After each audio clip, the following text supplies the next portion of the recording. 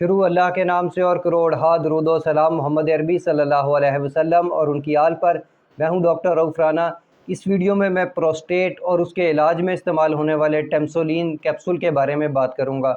टेम्सोलिन 0.4 mg का एक capsule होता है जो प्रोस्टेट की अलामात को कम करने, उसकी तकालीफ को कम करने, उसकी तकालीफ में रिलीफ पहुँचाने में इस्तेमाल किया जाता है।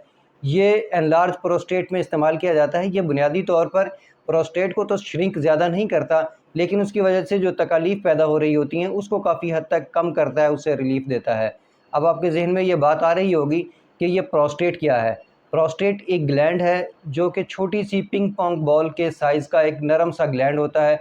ये मसाने के बिल्कुल आखिर में मौजूद होता है, जहाँ से मसाने के बिल्कुल आखिर में पेशाब की नाली जो कि एंड में यूरेथ्रा बन जाती है, जिसके अंदर से पेशाब और सीमेंस दोनों पास होते हैं, उसके बिल्कुल एंड में वहाँ पर मौजूद होता है।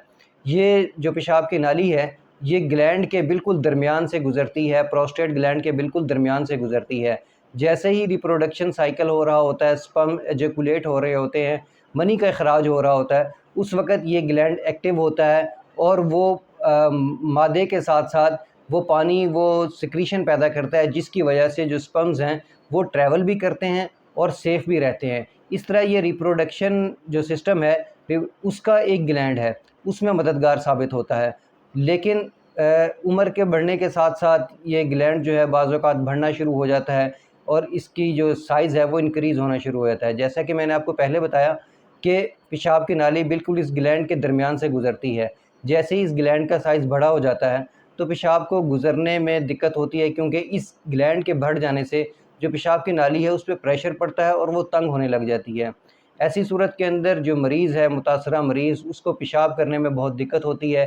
बाज़ औक़ात बहुत ज़ोर लगा कर पेशाब करना पड़ता है और बाज़ औक़ात ऐसा होता है कि आधा मसाना भरा ही रह जाता है, आधा पेशाब ख़ारिज होता है और आधा नहीं होता। बहुत ज़्यादा ज़ोर लगा कर ये पेशाब करना पड़ता है। कुछ मरीज़ों को मुसलसल इस जगह पर दबाव और खिंचाव की कैफ़ियत महसूस होती है। अगर ये काफ़ी ज़्यादा हो जाए तो फिर मुसलसल हल्का हल्का सा दर्द भी महसूस होना शुरू हो जाता है और पेशाब के आने में बहुत ज़्यादा रुकावट हो जाती है। पेशाब के आने में ये रुकावट बाज़ औक़ात यूरिनरी इन्फेक्शन भी डेवलप कर देती है, लेकिन और इसके साथ साथ ये जलन भी प्रोड्यूस करती है। जो मुतासरा शख्स है उसको पेशाब करने में बहुत ही दिक्कत का सामना करना पड़ता है। अब हम चलते हैं इसके इलाज के लिए इस्तेमाल होने वाले टेम्सोलिन कैप्सूल के बारे में। टेम्सोलिन इस एनलार्ज प्रोस्टेट के कुछ ना कुछ उसको कम कर देता है, लेकिन फुल उसको श्रिंक नहीं करता।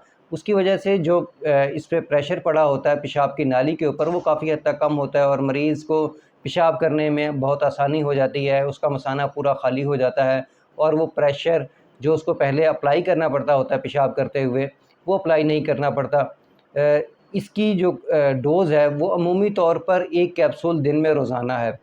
हाँ, इसका जो इस्तेमाल है, कितनी देर तक इस्तेमाल करना चाहिए, वो मर्ज़ की कैफ़ियत पे है मुनहसर है कि जो प्रोस्टेट है वो कितना बड़ा है, उसकी अलामात कितनी ज़्यादा हैं। बहुत सारे मरीज़ों को ये काफ़ी देर तक इस कैप्सूल का इस्तेमाल करना पड़ता है। अब हम बात करते हैं इसके साइड इफ़ेक्ट्स के बारे में। इसके अमूमन और जनरल साइड इफ़ेक्ट्स में तो मतली, दिल का घबराना, ये तो एक मामूली से साइड इफ़ेक्ट्स हैं जो बहुत ही कम लोगों को ज़ाहिर हो सकते हैं और 1 या 2 दिन के इस्तेमाल के बाद ये जो साइड इफ़ेक्ट हैं ये ख़त्म हो जाते हैं। इसका एक और साइड इफ़ेक्ट ये है कि ये ब्लड प्रेशर को कम कर देता है। ऐसे मरीज़ जो ब्लड प्रेशर की अद्वियात इस्तेमाल कर रहे हों पहले से और अब उन्होंने इस कैप्सूल का इस्तेमाल करना है, तो अपने डॉक्टर या अपने फार्मासिस्ट से ज़रूर मशवरा करें कि ये पहले ब्लड प्रेशर की अद्वियात इस्तेमाल कर रहे हैं। क्योंकि अगर ब्लड प्रेशर की अद्वियात जो पहले ही ब्लड प्रेशर को कंट्रोल में रखती हैं और इस दवा का भी इस्तेमाल कर लिया जाए तो ब्लड प्रेशर बहुत ज़्यादा कम भी हो सकता है। अगर आप अपने डॉक्टर या अपने फार्मासिस्ट से मशवरा करेंगे तो वो इस दोनों की या डोज़ एडजस्टमेंट कर देंगे या इन दोनों की टाइमिंग को एडजस्ट करके इस तरीके पर ले आएंगे कि उसके जो साइड इफ़ेक्ट्स हैं वो ना हों। ऐसे मरीज़ जो इसका इस्तेमाल कर रहे हों इस टेम्सोलिन सिरप कैप्सूल का, उन्हें चाहिए कि सेक्स से रिलेटेड कोई भी अद्वियात जैसे कि वैग्रा, पेनेग्रा, सल्डीनाफिल, टेंडेलाफिल, सैलेस, इस किस्म की किसी अद्वियात का इस्तेमाल ना करें, क्योंकि टेम्सोलिन कैप्सूल के इस्तेमाल से बाज़ औक़ात जो इरेक्शन है वो बहुत ज़्यादा हो सकती है और अगर आप इसके साथ ये सेक्स सपोर्टिव मेडिसिन का इस्तेमाल कर रहे हों तो इरेक्शन बहुत देर बल्कि घंटों तक हो सकती है, जो कि बहुत ज़्यादा नुकसान पहुंचा सकती है। اس لیے ایسے مریض جو اس دوا کا استعمال کر رہے ہوں انہیں سیکس سپورٹیو میڈیسن کسی قسم کی استعمال نہیں کرنی چاہیے، خواہ وہ ہربل ہو یا خواہ وہ ویگرا ہو، سیلس ہو، کسی بھی قسم کی جو ہے سیکس سپورٹ کے لیے جو میڈیسن ہے اس کا استعمال نہیں کرنا چاہیے۔